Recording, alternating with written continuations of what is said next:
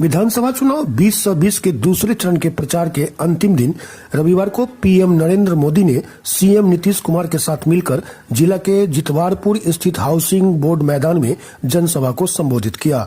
PM ने संबोधन की शुरुआत करते हुए कहा कि महाकवि विद्यापति की धर्मस्थली व जननायक कर्पूरी ठाकुर की कर्मस्थली से हम यहाँ सबके प्रणाम करै छी। उन्होंने कहा कि चारों ओर जहां भी मेरी नजर जा रही है वहां तक मौजूद हर लोगों के चेहरे पर मुझे विजय का विश्वास दिखाई दे रहा है, जो बिहार के उज्जवल भविष्य का संकल्प है। कोरोना की चर्चा करते हुए उन्होंने कहा कि चुनावी पंडितों ने मतदान बहुत कम होने की बात कही थी, मगर पहले चरण में लोगों की भागीदारी ने सबको गलत साबित कर दिया।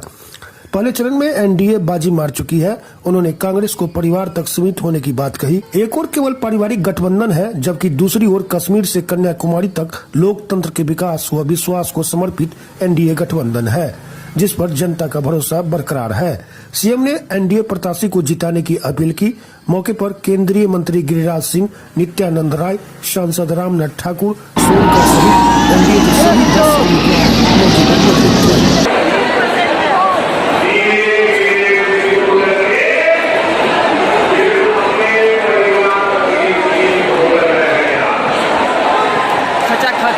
स्टेडियम में भरा हुआ है।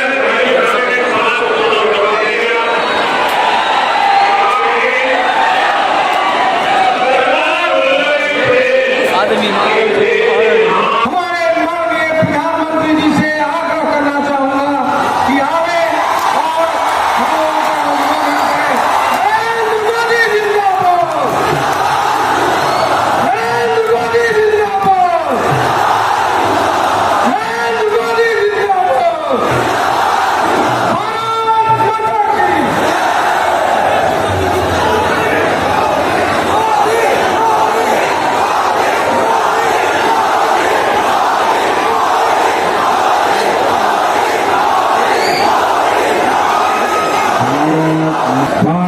माता की। भारत माता की। महाकवि विद्यापति के मुक्ति स्थल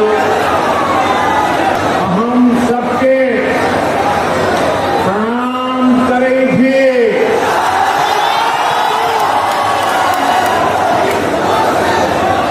बिहार के मुख्यमंत्री मेरे मित्र और भावी मुख्यमंत्री श्रीमान नीतीश कुमार जी, आत्मनिर्भरता के हमारे मिशन का भी एक बड़ा अहम केंद्र बने, इसके लिए काम चल रहा है। साथियों, जननायक कर्पूरी ठाकुर जी,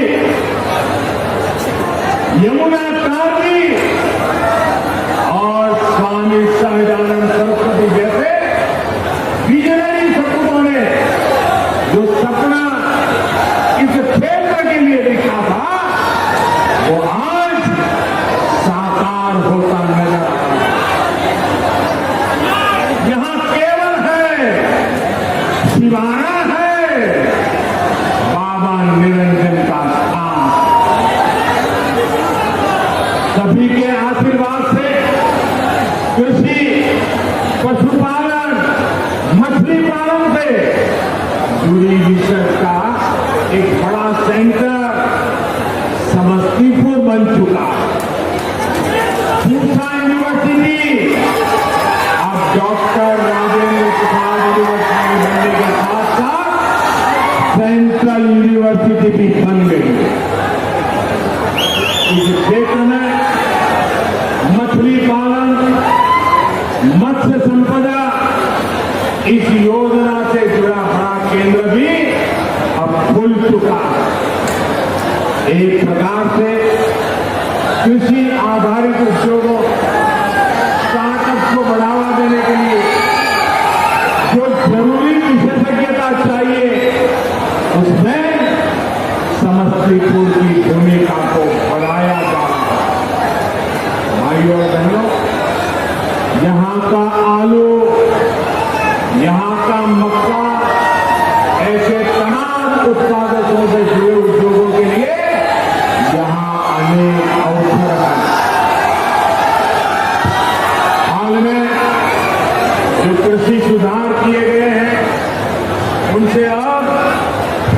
आलू, मक्का और दूसरी फसलों से जुड़े किसानों को भी बहुत लाभ है।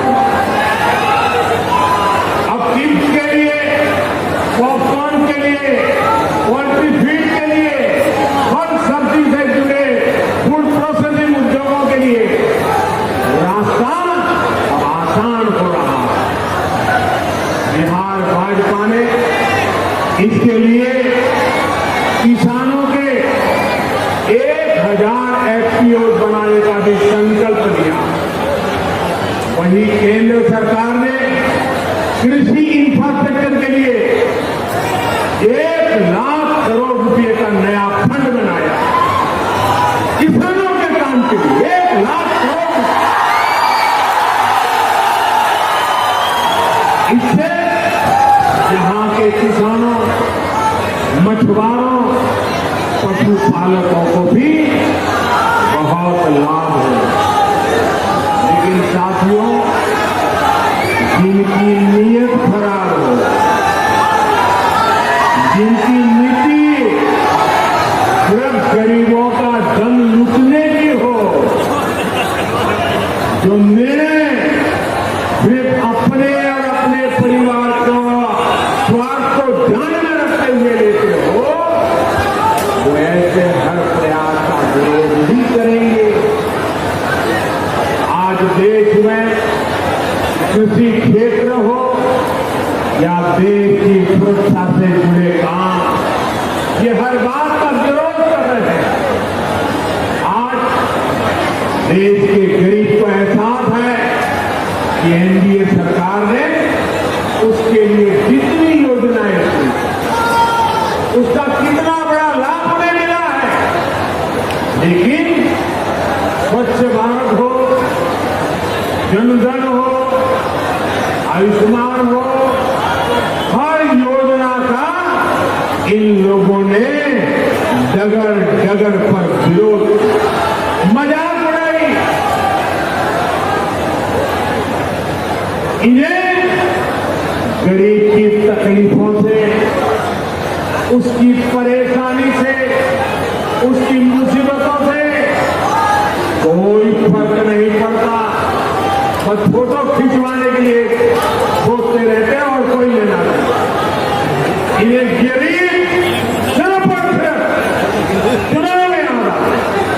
जब चुनाव आते हैं तो माला जपना शुरू कर देते हैं, गरीब गरीब गरीब गरीब गरीब गरीब गरीब गरीब गरीब गरीब गरीब गरीब गरीब गरीब चुनाव पूरा हुआ, गरीब गरीब की जगह और अपने परिवार का कुनबा लेकर के बैठ गया। याद रखिए, जब कोरोना का संकट सबसे ज्यादा, जब पूरा बिहार कोरोना से लड़ रहा था, तो ये लोग कहां थे? इन्हें आपके विकास से नहीं, सिर्फ अपने और अपने परिवार के विकास से ही लेना देना है। यही इनकी सच्चाई है, यही इनका इतिहास है, यही उनके तौर तरीके हैं, यही इनकी ट्रेनिंग है। इसे बात सोच ही नहीं सकते। साथियों, ये लोग न बिहार की अपेक्षाओं को समझते हैं और न ही बिहार की आकांक्षाओं। केंद्र सरकार और बिहार सरकार जो हजारों करोड़ रुपए बिहार पर निवेश कर रही है, उससे यहाँ के नौजवानों के लिए नए अवसर भी बन रहे हैं। रोजगार बढ़ाने के लिए उद्योग भी जरूरी है, आधुनिकीकरण भी जरूरी है। ये तब होगा जब बिहार में प्रगतिशील लोकतांत्रिक स्थिर सरकार रहेगी, बिहार में निवेश आएगा। ये तब होगा जब बिहार में निवेश के लिए उचित माहौल होगा। अब आप मुझे बताइए, जंगल राज की विरासत, जंगल राज के युवराज, क्या बिहार में उचित माहौल का विश्वास दे सकते हैं क्या? जो वामपंथी नक्सलवाद को हवा देते हैं, जिनका उद्योगों पर, फैक्ट्रियों को बंद कराना यही जिनका इतिहास रहा है, क्या वो निवेश का माहौल बना सकते हैं क्या?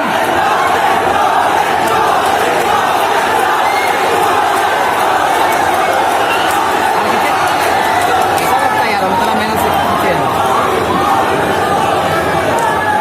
साथियों, जननायक कर्पूरी ठाकुर जी धन्यवाद। इमरजेंसी के दिनों के बाद जब मुख्यमंत्री बने तो उन्होंने एक इंटरव्यू दिया और बड़ा सटीक इंटरव्यू था। एक दूरदर्शी नेता जो देश के लिए सोचता है, गरीब के लिए सोचता है, बिहार के लिए सोचता है, उस समय मुख्यमंत्री थे, सत्ता की गादी पर बैठे हुए थे, लेकिन कर्पूरी साहब ने क्या इंटरव्यू दिया? इंटरव्यू में कर्पूरी ठाकुर ने कहा था, सत्ता के आसपास अवसरवादियों को शरण या तरजीह, अवसरवादियों को शरण या तरजीह बिल्कुल नहीं मिलनी चाहिए, वरना वो मुझे नहीं तो मेरे बेटे या संबंधियों को भ्रष्ट करेंगे। ये कर्पूरी ठाकुर जी ने कहा था। कर्पूरी ठाकुर जी के बाद बिहार के लोगों ने इस बात को 100% सच होते देखा, 1.5 दशक तक देखा था। कर्पूरी ठाकुर जी की ये बात जंगल राज वालों ने सुनी होती, कर्पूरी ठाकुर की इस बात को समझी होती, तो बिहार के हालात इतने नहीं बिगड़ते। जंगल राज वालों ने बिहार में भ्रष्टाचार हर मंत्र, हर विभाग, हर जगह परिवार को भी पहुंचाया, पाप को भी पहुंचाया, भ्रष्टाचार को भी पहुंचाया। भाइयों बहनों, यहां इस सभा में बेगूसराय के काफी लोग भी जुड़े हुए हैं। बेगूसराय को बिहार की औद्योगिक राजनीति तक कहा जाता है। बिहार के पहले मुख्यमंत्री श्री बाबू ने इतने बड़े सपनों के साथ यहां काम किया, लेकिन जंगल राज, अराजकता और नक्सली मानसिकता वालों ने बिहार को क्या दिया? बरौनी का खाद कारखाना ये अपने आप बंद नहीं हुआ था, ये उनकी गलत नीतियों के कारण बंद हुआ, जो आज बड़ी बड़ी बातें कर करके लोग लुभावनी चर्चाएं करते। आज आपके आशीर्वाद से बरौनी के खाद कारखाने को भी नया जीवन मिल रहा है और दूसरे नए कारखानों के लिए रास्ते बन रहे हैं। बरौनी रिफाइनरी के विस्तारीकरण, इससे यहां अन्य उद्योगों को भी बल मिलेगा, सैकड़ों नए रोजगार मिलेंगे। भाइयों और बहनों, विकास के सारे काम इसलिए हो पा रहे हैं क्योंकि एनडीए सरकार ने इस क्षेत्र को सबसे बड़ी गैस पाइपलाइन से भी जोड़ दिया।